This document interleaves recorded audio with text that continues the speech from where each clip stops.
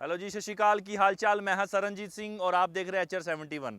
आज मैं आपको एक ऐसी स्टोरी दिखाऊंगा कि अक्सर आप लोगों ने स्ट्रीट्स पर डॉग्स जरूर देखे हैं और कुछ लोग उनको खाना देते हैं तो कुछ लोग उनको टांग मारते हैं। कोई मोटरसाइकिल से टक्कर मार के चला जाता है तो कोई गाड़ी के नीचे रौंद कर चला जाता है।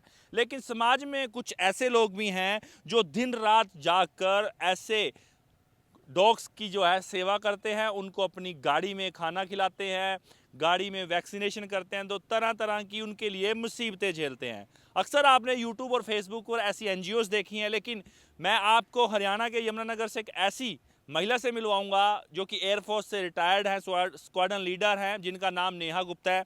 हमारे साथ वो मौजूद हैं। अक्सर यमुनानगर में वो गलियों में जाकर ऐसे जो लाचार डॉग्स होते हैं या कोई बीमार होता है उनकी सेवा करते हैं। लेकिन कई बार ऐसी चुनौतियों का सामना उनको करना पड़ता है कि कुछ स्थानीय लोग जो हैं उनके साथ टकराव भी हो जाता है। तो सबसे पहले मैं उनका स्वागत करूंगा अपने चैनल पर। तो हम तमाम तस्वीरें देख सकते हैं कि किस तरीके से वो रात के वक्त जो है इन तस्वीरों में किस तरीके से डॉग्स की सेवा कर रहे हैं, अपनी गाड़ी में जाकर जो है उनको खाना खिला रही हैं। तो हमारे साथ वो नेहा गुप्ता मैम है। मैम, सबसे पहले आपका स्वागत है।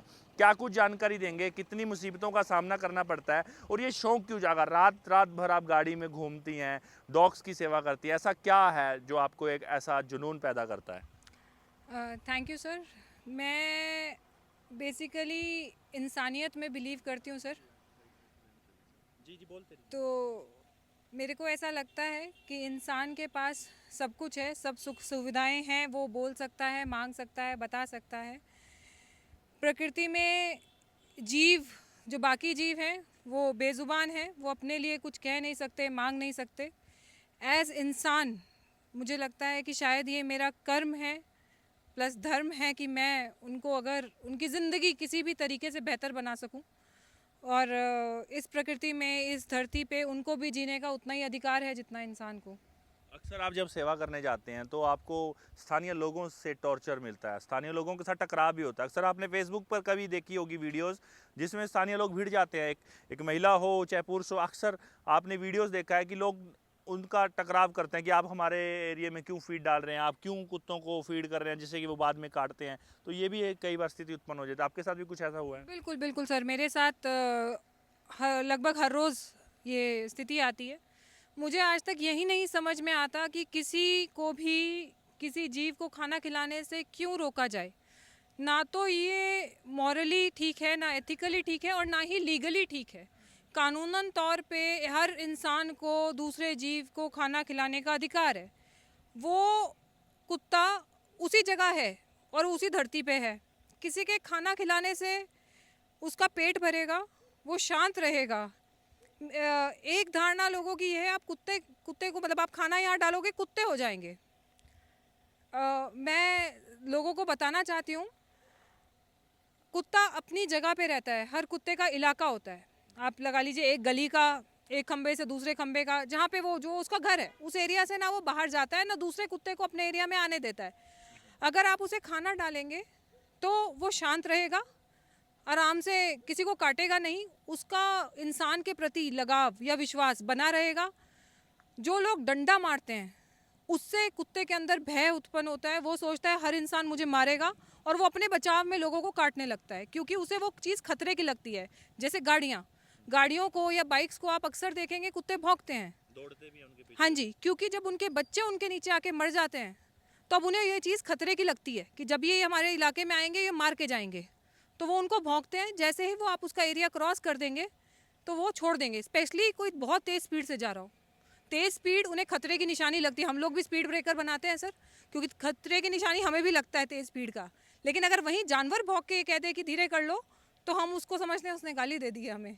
हमें धीरे कर लेना चाहिए, वो छोड़ देता है, या आप उसके इलाके से निकल जाएं तो जानवर आपको कुछ नहीं कहेगा। गली मोहल्ले में धारणा बन चुकी है कि रात को जब कुत्ता भौंकता है, रोता है, तो शायद उसको भूत दिखाई देता है। इसके पीछे क्या लॉजिक है? आप किस तरीके से इसको देखते हैं? रात को कुत्ते भौंकते हैं, डरते हैं लोग इन चीज़ों से? सर मेरे पास बहुत कुत्ते हैं, वो रात को मेरे से ज़्यादा गहरी नींद में सोते हैं।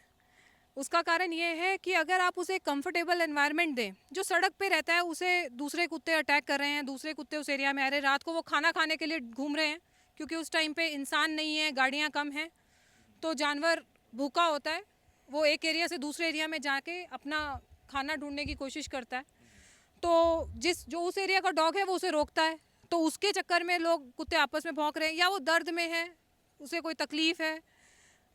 तो उसे कोई आत्मा वगैरह नहीं दिखाई देती? क्योंकि लोग अक्सर बोलते हैं कि इनको रात को आत्माएं दिखाई देती हैं, तो sir scientifically speaking I tell you, इसमें क्या है, डॉग्स की जो सुनने की शक्ति होती है वो हमसे कई गुना ज़्यादा होती है।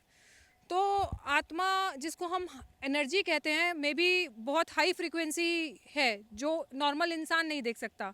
यस, डॉग हो सकता है हमसे कई गुना ज़्यादा सुन सकता है, तो हाँ वो उस चीज़ को सेंस कर सकता है। मतलब साइंटिफिकली ये चीज़ कह सकते हैं आप कि हाँ शायद वो देख सकता है, सुन सकता है, लेकिन उसमें भी क्या गलत है सर, उसके पास एक स्पेशल पावर है जो हमारे पास नहीं है। तो आप जैसे फीडिंग करते हैं, यमुनानगर में जाते हैं, देखिए अभी भी इंटरव्यू चल रहा है और इनको देख के एक जो है डॉग यहाँ पर पहुँच चुका है। तो मैम आप जाते हैं, ये अंदर से जुनून कैसा पैदा हुआ? लोग तो इस चीज़ को बोलते हैं छोड़ यार, गली का कुत्ता है, क्यों खाना दें इसको, कल को ये हमें ही काटेगा। सर इसकी शुरुआत कुछ 7.5 साल पहले एक मेरे ज़िंदगी में एक स्वीटी नामक लैब्राडोर आई सर। वो पुणे में किसी ने सड़क पे छोड़ दिया था उसको। जब हम उसे लेकर आए तो मैंने देखा कि उसके अंदर बहुत ज़्यादा इमोशंस हैं, भावनाएं। तो जब उनकी भावनाएं मुझे समझ में आई, मुझे ये समझ में आया हम जो महसूस करते हैं ये भी वही महसूस करते हैं। जैसे एक कुत्ती जब माँ बनती है वो भी अपने बच्चे से उतना ही प्यार करती है जितना इंसान करता है, वो भी अपने बच्चे को बचाने की उतनी ही कोशिश करती है जितनी एक इंसान करता है। मतलब वो उतना ही लगाव करते हैं। तो सारे भावनाएं जब सेम है सर, तो क्या फ़र्क है सिर्फ शारीरिक बनावट का, कि हम 2 पैरों पे खड़े हैं और वो 4 पैरों पे हैं। और एक ज़माने में तो हमें कहा जाता है कि हम भी इसी प्रजाति से उभर कर आज 2 पैरों पे खड़े हुए हैं। तो हम भी किसी न किसी फॉर्म में जानवर से इंसान की तरफ आए हैं, लेकिन इंसान की तरह या बिहेव करना इज़ इंसानियत सर। यही इंसानियत है कि हम इसको कुछ दे सकें, इसकी तकलीफ़ को कम कर सकें। जो तमाम लोग नफरत करते हैं ऐसे काम करने से, उनको क्या कुछ मैसेज देना चाहेंगे? अंत में क्या कुछ कहना चाहेंगे हमारे दर्शकों को? सर मैं सिर्फ इतना कहना चाहूँगी, अगर आप किसी को 2 रोटी नहीं दे सकते तो आप डंडा मत मारिए, क्योंकि आप डंडा मार के सिर्फ उस जानवर बेजुबान के साथ बुरा नहीं कर रहे हैं, आप और उन सब लोगों के साथ बुरा कर रहे हैं जिनको वो जानवर काटेगा।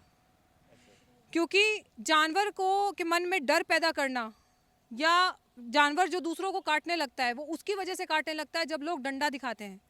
अगर कोई मेल पुरुष ज़्यादा डंडा दिखाते हैं तो देखेंगे आप कि जानवर कुत्ता पुरुषों को भौंक रहा है, महिलाओं को कुछ नहीं कह रहा।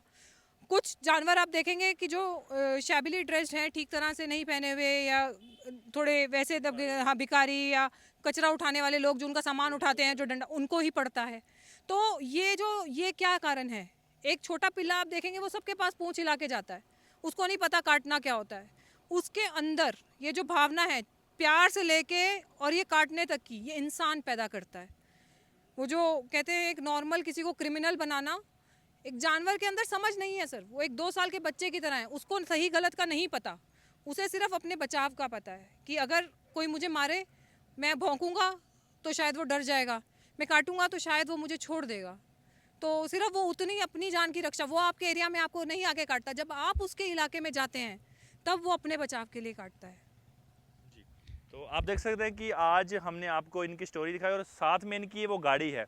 अभी भी इस गाड़ी के अंदर एक डॉग हैं और वो आप देख सकते हैं कि इन्होंने अभी भी इसका एसी ऑन छोड़ा हुआ है ताकि किस तरीके से वो रिलैक्स रह सके। आप देख सकते हैं कि अंदर किस तरीके से पूरा आनंद फरमा रहे हैं। एसी चल रहा है, लोगों को खुद एसी नहीं मिलता, आपने डॉग के लिए एसी छोड़ा हुआ है, क्या कुछ कहेंगे इस बारे में? सर एक तरह से अगर आप कहें तो मुझे लगता है कि मैं डीजल या रिसोर्स वेस्ट कर रही हूँ, क्योंकि अगली जनरेशन के लिए मैं एक्चुअली नेचर लवर हूँ सर, जिसमें जानवर उसका एक हिस्सा है, बाकी पेड़ पौधे सब कुछ। तो मुझे लगता है अगली जनरेशन के लिए हमें ईंधन, हवा, ज़मीन सब छोड़ के जाना चाहिए। बट ये वो है सर जिसको मैं अपना बच्चा मानती हूँ, जिसको मैंने बोला 7 साल पहले मेरी ज़िंदगी में आई। सो अगर हमने किसी को अपने ज़िंदगी में लाया है, कोई भी जीव है, चाहे वो इंसान है, चाहे वो पशु है, चाहे वो पक्षी है, कोई भी है, तो मुझे ऐसा लगता है कि हमें उनको भी उस सुख सुविधा देनी चाहिए जो मेरे पास है। उनको भी उतना हक है, तो उनकी ज़िंदगी को बेहतर बना सकते हैं तो बना रहे हैं सर। चलिए, तो उम्मीद करता हूँ ये वीडियो आपको जो है काफ़ी अच्छी लगी होगी, क्योंकि इस वीडियो के अंदर आपको एक प्रेरणा मिल सकती है डॉग्स के साथ, चाहे वो किसी भी पशु पक्षी के साथ हो, वो हमें प्रेम बना कर रखना चाहिए। और सबसे अच्छी बात ये है कि किस तरीके से एनवायरनमेंट से जुड़ी चीज़ें रखें, डॉग्स के साथ प्यार करें। अगर कोई इस तरीके से जानवर आपको सड़क पर दिखाई देता है तो उसे आप खाना, फीड, प्यार वो जरूर दें। ऐसी और भी वीडियोस मैं आप लोगों तक लेकर आता रहूँगा। HR 71 के लिए सरनजीत सिंह।